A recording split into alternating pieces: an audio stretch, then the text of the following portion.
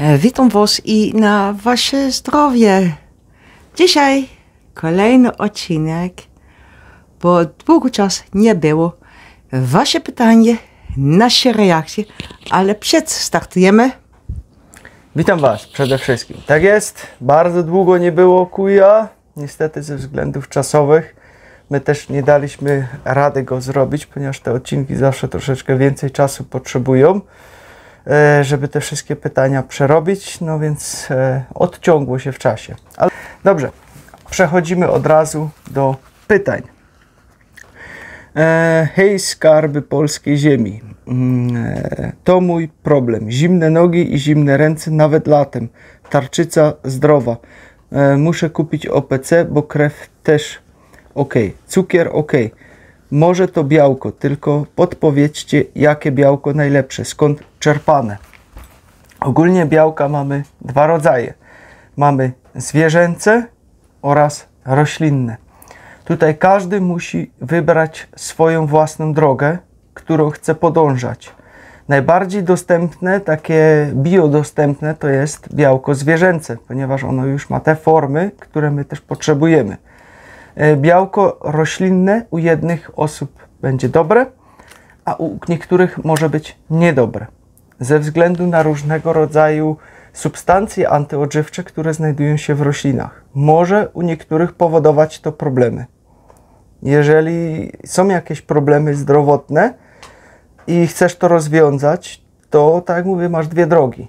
Może być, że na białku roślinnym ci się to jeszcze bardziej pogorszy ze względu na te wszystkie substancje antyodżywcze, co opisaliśmy bardzo szeroko w książce Carnivore, którą też znajdziecie w opisie, do pobrania, ale no, tak jak mówię, decyzja leży po waszej stronie, do czego chcecie się bardziej przychylić, czy roślinne, czy zwierzęce. Od razu uczulam na soję, to jest katastrofa, szczególnie dla mężczyzn. Właśnie odnośnie karniwora, którego robiłeś. Mówiłeś, że celowo wybierałeś mięso to najtańsze, co by zobaczyć, czy da radę. Zastanawia mnie jednak, czy ozonowałeś może to mięso. Kiedyś widziałem film waszej znajomej o tym, jak dla zwierząt domowych ozonuje mięso. To jakaś tragedia była po skończonym procesie. Tak, mięso warto ozonować, jak najbardziej tutaj. Niektórzy nie ozonują i używają tak, jak to jest. My staramy się jednak ozonować, o ile nam to czasowo wychodzi, ponieważ zdarza się niekiedy tak, że nie ma czasu. Raz żona była taka głodna, byliśmy gdzieś daleko od domu po prostu i no nie zdążyliśmy nawet nic rano zjeść i praktycznie cały dzień byliśmy w podróży. Był już praktycznie wieczór, a my jeszcze mieliśmy kilka godzin do domu, więc po prostu wskoczyła do pierwszego lepszego sklepu, kupiła steka i zjadła go tak, jak on był, po prostu na surowo.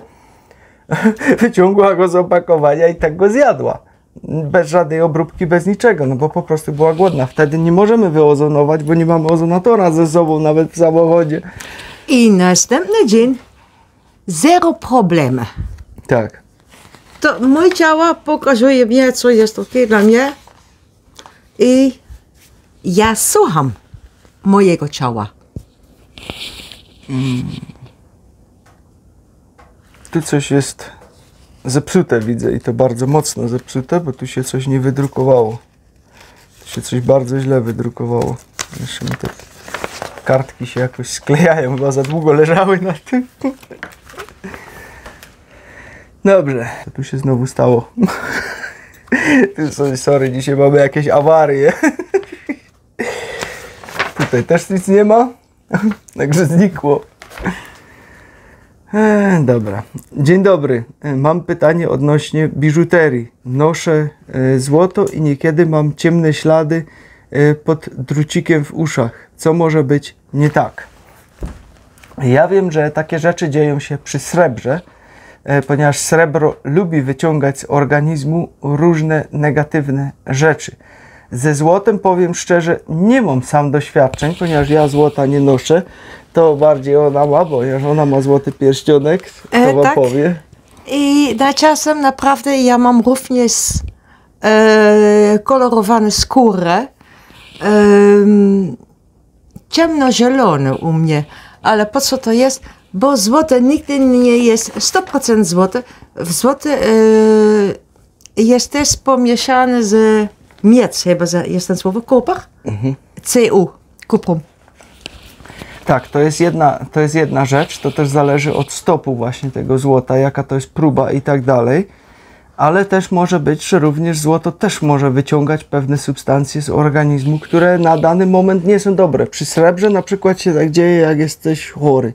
Coś cię zaczyna rozkładać. Ja to kiedyś zauważyłem, że jak były takie momenty, że mi coś zaczynało dolegać, to mi wtedy też czarniało. Wszystko, co miałem ze srebra na sobie, od razu czarniało, ale też jak gdyby choroba się nie rozwijała. Po prostu ją tak ucinało i koniec. I od razu znowu byłem ok. Ale srebro szczerniało całe, że musiałem je naprawdę później porządnie wyszorować, żeby je domyć. Ale kiedy zobaczymy na plus minus, na ludzi, którzy mają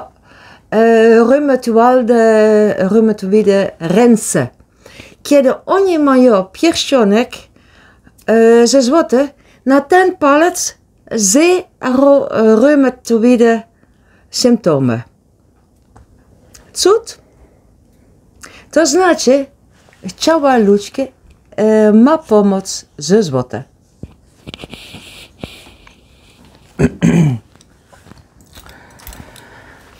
Dobrze, kochani szamani, z całego serca dziękuję za wszystkie odpowiedzi. Czekam cierpliwie na moje pytanie odnośnie kronik Akaszy, ale wiem, że kiedyś się doczekam.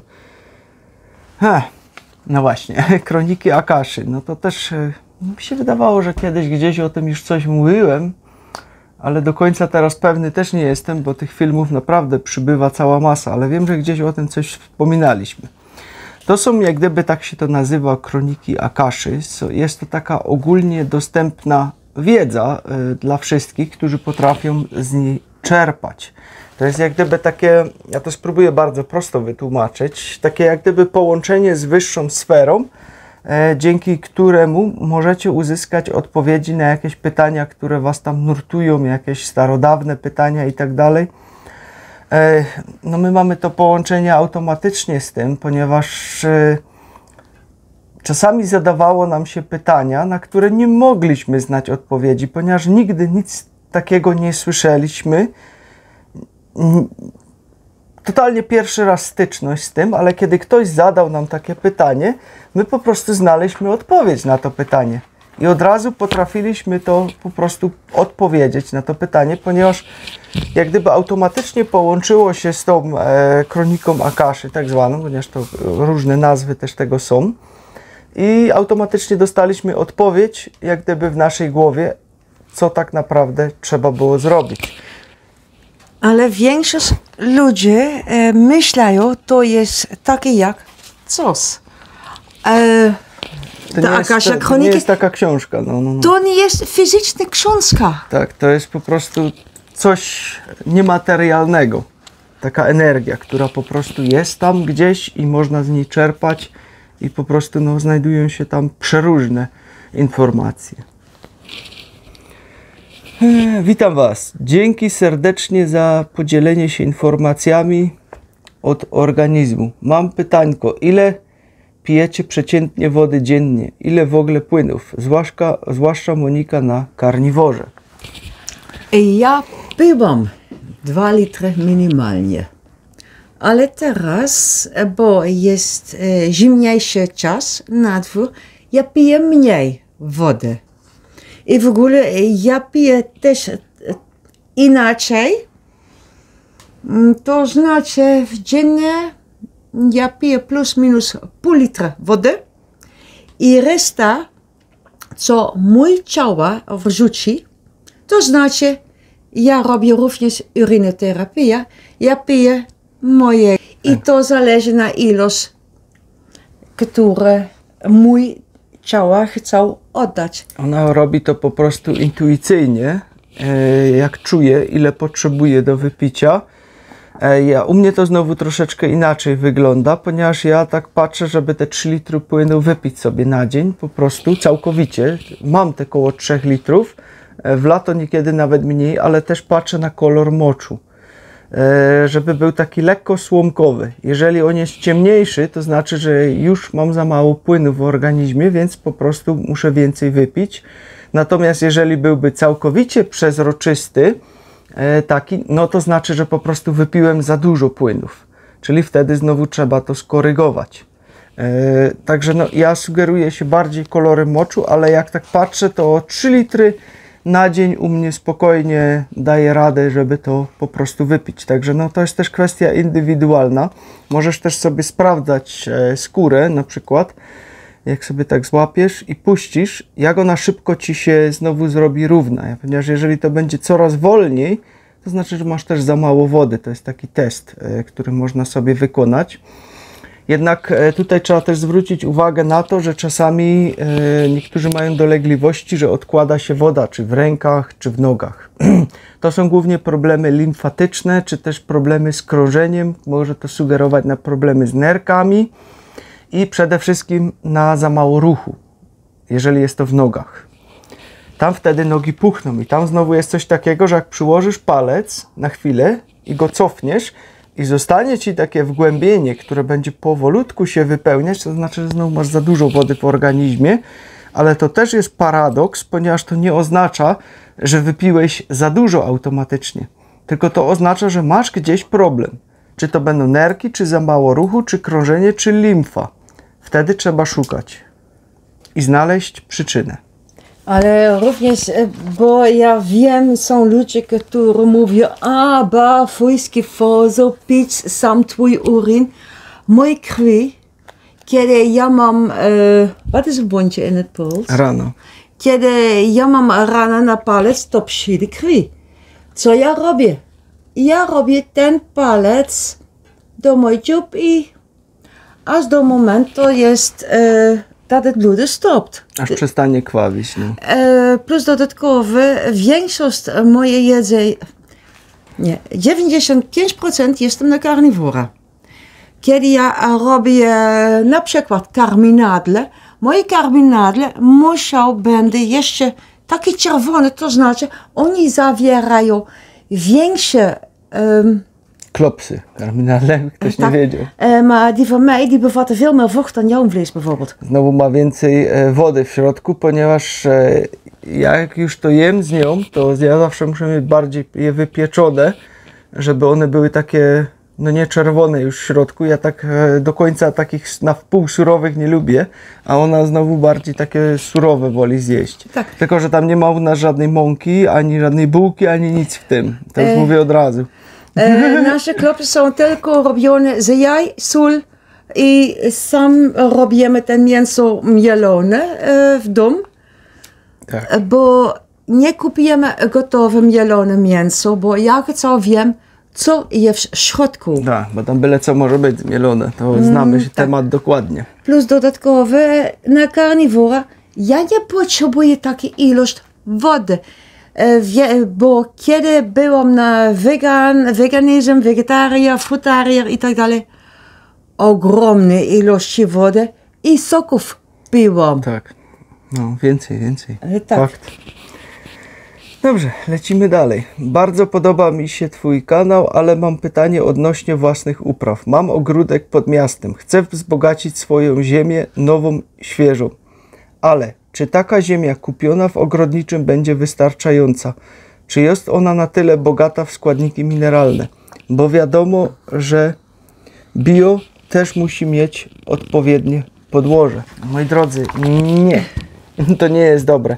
To właśnie opisaliśmy tutaj też częściowo tutaj w tej książce.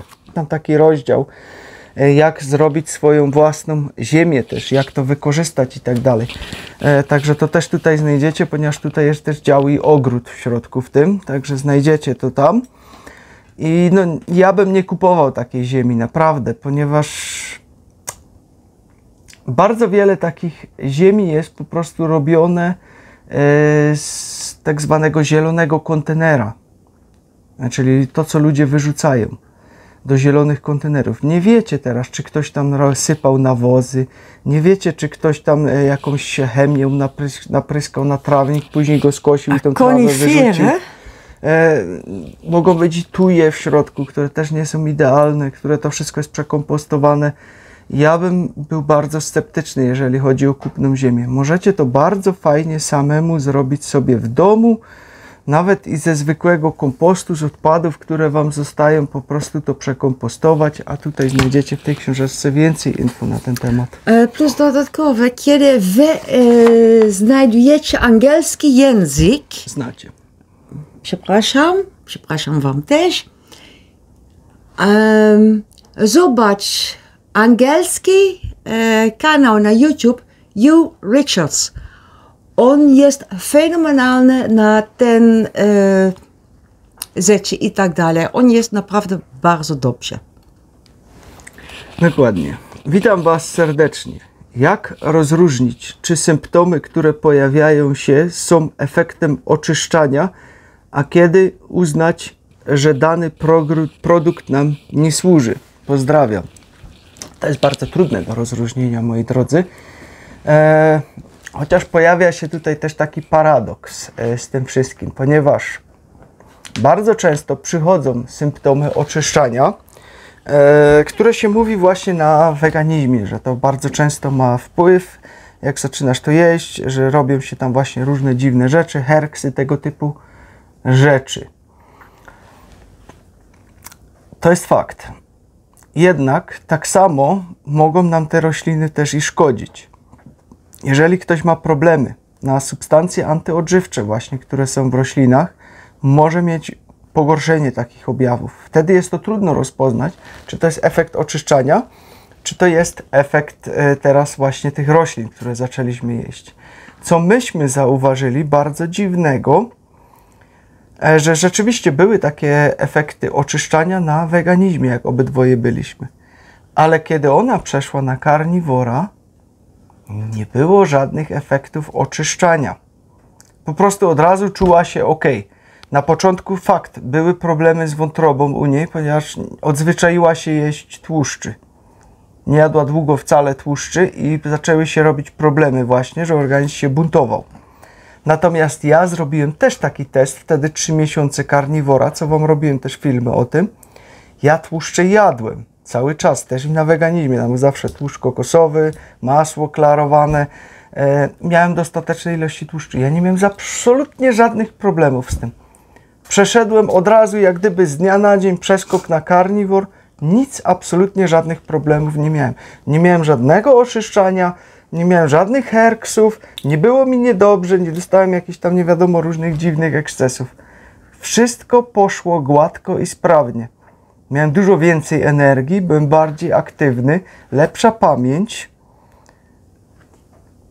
No cóż, każdy musi znaleźć swoją drogę. Ja wam mówiłem, ja nie wykluczyłem teraz całkowicie mięsa z mojej diety. Mam 1 do 2 razy w tygodniu jakieś mięso, przeważnie wołowinę. I czuję się z tym dobrze. Niekiedy zjem jakąś rybę i jest wszystko ok. Ale było to ciekawe właśnie ten przeskok z weganizmu na to, że nie było żadnych herksów, nic, zero. Także z drugiej strony może się pojawić pytanie, czy te herksy rzeczywiście są potrzebne na tym weganizmie, czy może twój organizm rzeczywiście ci mówi, halo, to nie jest dobre dla ciebie, co ty tam robisz. Ciężko mi to teraz tutaj określić, powiem wam, ponieważ to też jest kwestia indywidualna.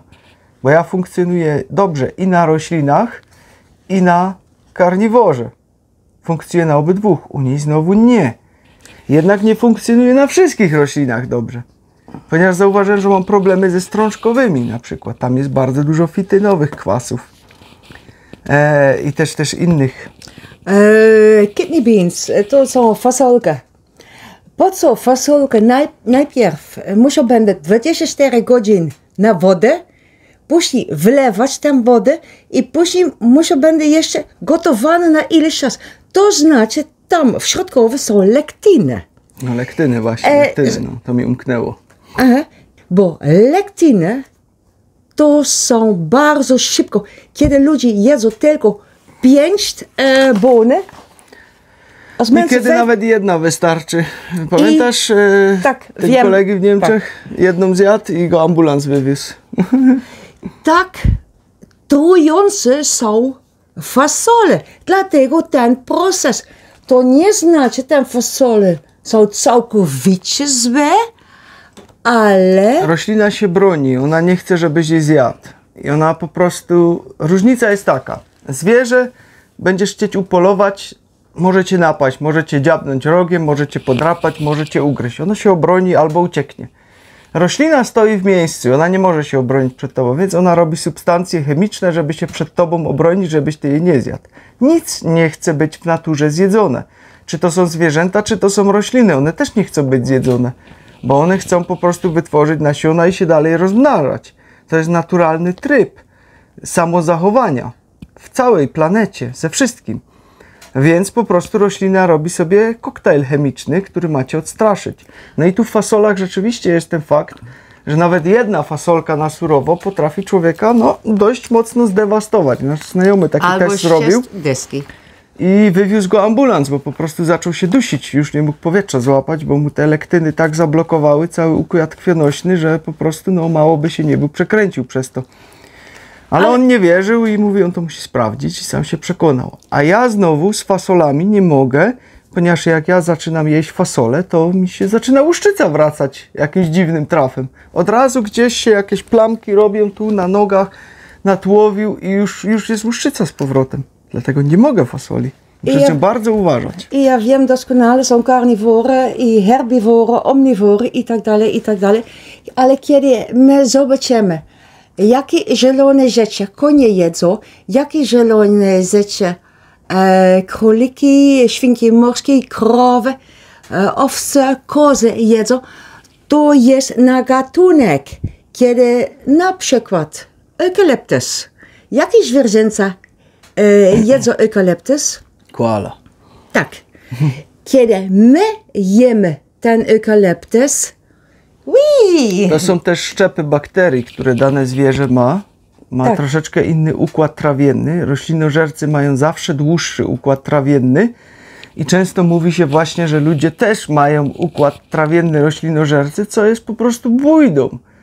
W książce Karniwora napisaliśmy wam długości jelit zwierząt mięsożernych, roślinożernych i człowieka. I sami sobie porównajcie te długości, bo tak naprawdę to zawiesili wam nudle tak zwane na nos i po prostu zrobili was w konia, a wiele ludzi powtarza po prostu po tym, bo nic nie wskazuje na to, że nasz układ trawienny jest roślinożerny. Nic a nic. Niestety. Macie to w książce Karniwora opisane, którą zrobiliśmy dokładnie na faktach medycznych. Długości jelit porównajcie sami, wyciągnijcie sami wnioski. Tyle co powiem. Dobrze, moi drodzy, my będziemy kończyć, ponieważ ja nie chcę tych filmów robić takich nie wiadomo super długich tutaj, żeby was też nie zanudzać, żeby ktoś tam nie zasnął czasem z drugiej strony. Bo jak będę za długo mówić, to ktoś może zasnąć. Także życzymy wam miłej niedzieli. Tyle na dziś. Trzymajcie się. Hej. Do następnego razu. Pa. Dziękuję, żono, za udział w kuja. proszę bardzo, bo... Bardzo mi było miło z tobą zrobić film. Okej, bo na czasem ja mam, oprócz jest teraz śnieg, ale ja w tym momencie, ten czas w roku, ja mam ogromną ilość pracy. Tak, ja też. Tak, ale ja robię większość pracy na ogród, bo ja myślę więcej o zwierzętach w tym czasie niż ja myślę. Tak jest. Ale ty jesteś gorąca od tego pieca. No, tak. Się rozpuścisz mi tutaj zaraz. Co to znaczy rozpuścić? Smeltę. A nie. Nie. Dobra, trzymajcie się. Hej. Pa.